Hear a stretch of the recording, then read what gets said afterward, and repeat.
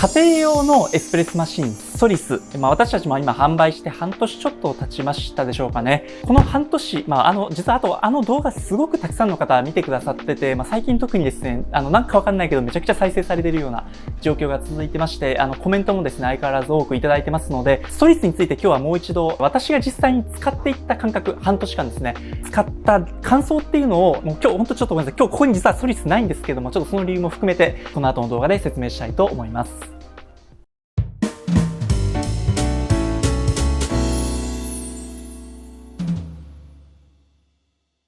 皆さんこんにちは。第一電化社の専属バリスタ、植松です。さあ、ソリス、これね、本当に、私たちの動画が出たことですごく注目されたマシンかなっていうふうに、ごめんなさい、これちょっと言い過ぎかもしれないですけど、でも実際それぐらいの反響があったのかなっていうふうに思ってます。で、ソリスじゃあ実際ですね、どうなのかっていうコメントを非常にあれからも多くいただいてまして、やっぱりあと Amazon とかのレビューとかを見ていても、やっぱり Steam のパワーが弱いんじゃないかっていうような意見も多く、見えます。で、私も最初、若干それはね、最初の開封の動画でもちょっとパワー弱いんじゃないみたいな感じで言ってた部分はあるんですけど、今日ごめんなさい。ただ私喋るだけの動画です。ソリス実際ここないんですけど、これ理由としては実はですね、ソリス私実際に自分の家に持って帰ってます、今。持って帰ってこの半年家でソリス使ってたんですよ。で、じゃあそこで半年間家にソリス置いてて、どれぐらい使ったのかとか、これを使い続けたいと思ったのかとか、ちょっとそういうところを含めて話を進めていきたいと思います。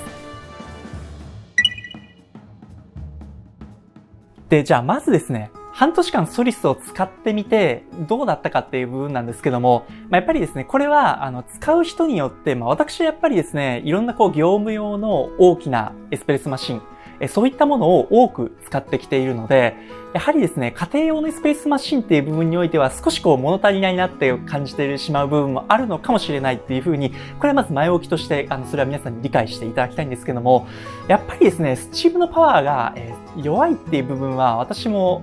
最初はこれ家庭用で、本当に5、6万円のマシンだから仕方ないのかなっていう部分は思ったんですけども、正直なところ、スチームのパワーだと、ちょっと私も家で、ソリス、もちろん半年置いてたんですけど、あんまり、使わなかったですね。正直なところ。やっぱりロケット社のアパルタメントとか、ああいったマシンってスチームのパワーが小型マシンだとしても、スチームのパワーがあるので、やっぱりああいうのに慣れてると、ソリスでスチームがやりたいって思えなくなる。これごめんなさい、ソリスに対してすごく悪い言い方かもしれないんですけども、あんまりやりたいって思わなくなるっていう部分は正直ありました。スチームの部分ですね。ソリスでスチームしてラテを作りたいって思う気持ちになれないみたいな部分が正直ありました。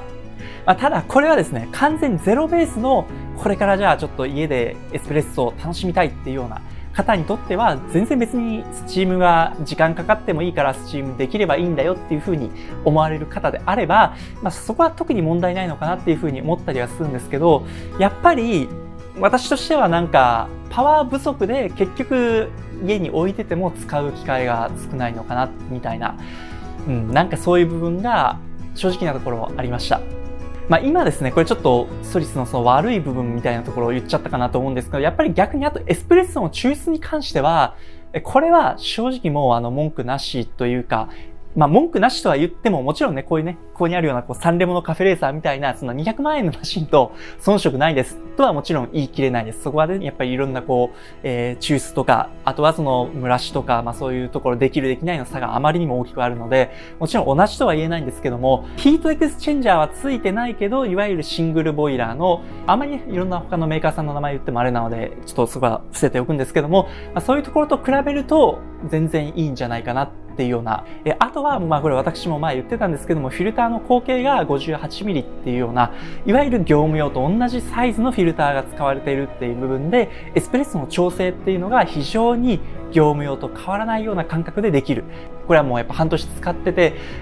逆に言うとですね、ラテは作らない。スチームのパワーだと、ラテは作りたくないなって思っちゃうんですけど、エスプレッソは全然家で飲んでました。この半年間、ちょいちょい。もちろんその家で入れる時ってドリップで入れたりすることが私多いんですけども、ちょっと今日はアメリカーノ飲みたいなとか思った時は、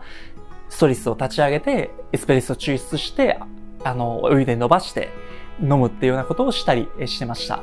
なので、そういう部分に関しては、もう私はですね、ソリスは全然いいんじゃないかなっていうふうに思ってます。なので、ここ、今、2つポイント言ったと思うんですけど、やっぱりスチームに関しては正直、物足りないなって思った部分、この半年使ってみたところでの物足りないなって思った部分と、逆にエスプレッソの抽出はやっぱりちゃんとできるよっていう部分、業務用と、あんまり大きな差なくできる。これは多分ね、本当に、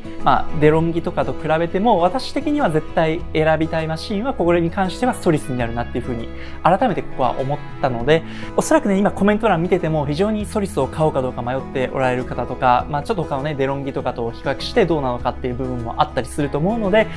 私がこの半年間実際に家に持って帰ってみて、プライベートで使ってみて、思ったことっていうのを、今、2つのスチームの部分とエスプレッソの抽出の部分っていう部分に関して、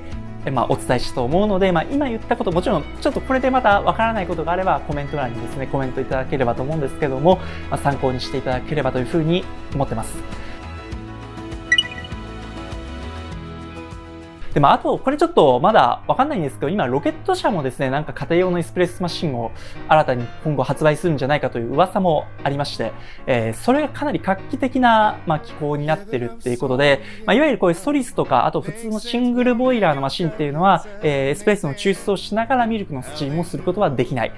これができるのは、いわゆる HX、ヒートエクスチェンジャーの機構じゃないとできないんですよね。でもそのロケットが次新しく出そうとしてるのは、噂によるとですね、これまだわかんないです。噂の段階なので、ヒートエクスチェンジャーじゃないけど、エスプレッソの抽出をしながらミルクのスチームもできると。